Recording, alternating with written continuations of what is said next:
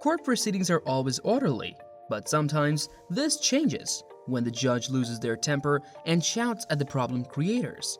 In today's video, we will see the top 5 angry judge moments in court. The last one is just cinematic, and you won't believe that the judge himself handled the accused for misbehaving. Wait for the best. Number 5.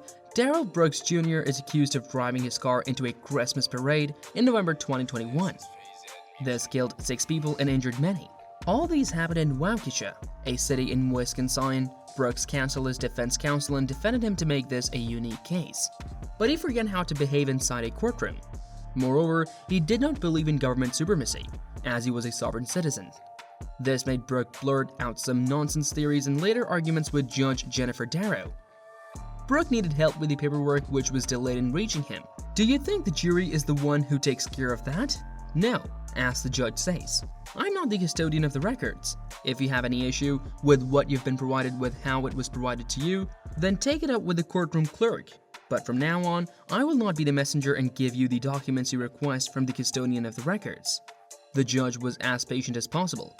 Mr. Brooks, stop. You're not being respectful to these proceedings or this jury. No, it's not with all good respect. Stating that does not make it respectable. While the judge was talking, Brooks did not even show the decency to listen to her. Did you notice something? The judge stood up from the chair since Brooks was constantly interrupting her. She pointed out 7 interruptions from him, and he took 15 minutes for this irrelevant talk. Brooks was all against the persisting laws, and the judge has to say, your belief that that's the law does not make it so, Mr. Brooks? Here, Judge Jennifer Darrow was disturbed and angry at the accused. But this is just the beginning.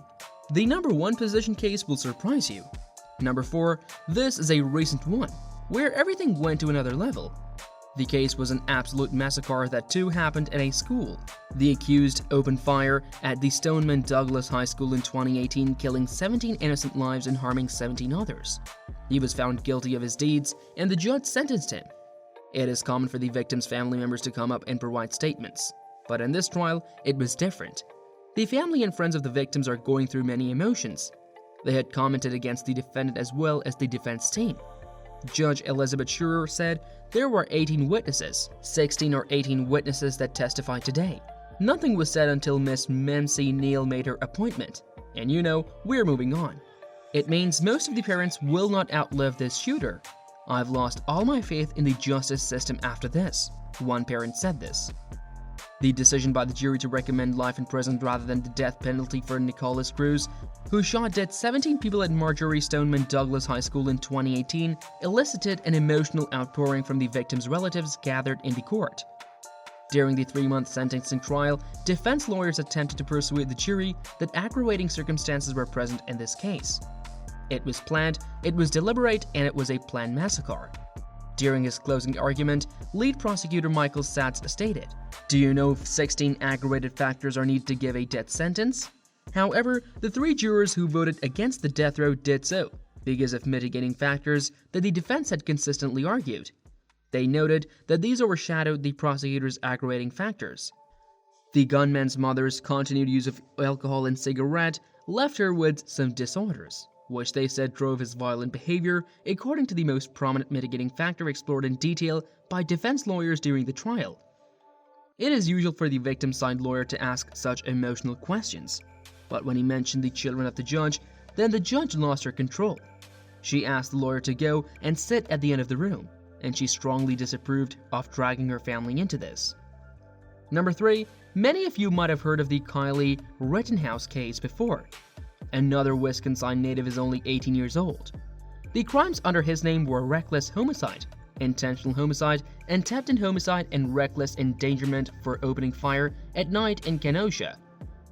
During the trial, questions on self-defense were raised after the incident, when he shot and killed 2 men and injured another. Bruce Schroeder is the judge who did not find this right. The way the prosecutor Mark Binger questioned the defendant. I was astonished when you began your examination by commenting on the defendant's post-arrest silence. This has been a basic law in this country for 40 to 50 years. I have no idea why would you do something like that. And it gives, well, I will leave it here. Did you find the prosecutor's words lame? This case would have ended up with Kylie Rittenhouse acquitting of the crimes. At some point, the police officers stand up from their chairs to point out the prosecutor. Mark seems so untouched by all these, but the judge is all flamed up with his misbehavior. Number 2, after hearing inside the Owsley County courtroom in Kentucky, the defendant is Shane Byard, who is accused of driving under the influence. The presiding judge was William Beau Leach. The case ended quite smoothly. Shane Byard agreed to pay a restitution fine of $500 to the woman he injured while driving under the influence. But the issues are just going to start from there. The blonde woman sitting at the back is Ingrid Bird, the wife of Shane, and the woman sitting in front of her just is her mother-in-law, Shane's mother, Peggy Gibbard. Suddenly, out of nowhere, a fight started between them in front of the judge. Judge William was already moving on to the next case. The peaceful environment was disrupted by shouting and people crowding at the spot. We can see Peggy slashing Ingrid. Another woman wearing a striped top rescued Ingrid from the other side. In between this nasty fight, even the defendant is present there. After some time, the defendant's wife was removed from the scene, and the judge reconsidered his verdict. He did not allow any of the participants to leave. He even pointed out the third woman to come inside the jury box. The judge had asked the defendant to stay inside the jury box, but he refused to stay, saying, "That is my wife." The judge was infuriated by all these. He ordered 30 days in jail for everyone who was involved in disturbing the court order. This is not going to happen in my courtroom. Fight in a court of law. You're out of your mind? Do you think you're going to stop anything in court? We got bail less here to do. And pointing to Shane, he said, "You're sitting in jail right now. I just probated nothing to stop a fight while you were handcuffed. This is insane."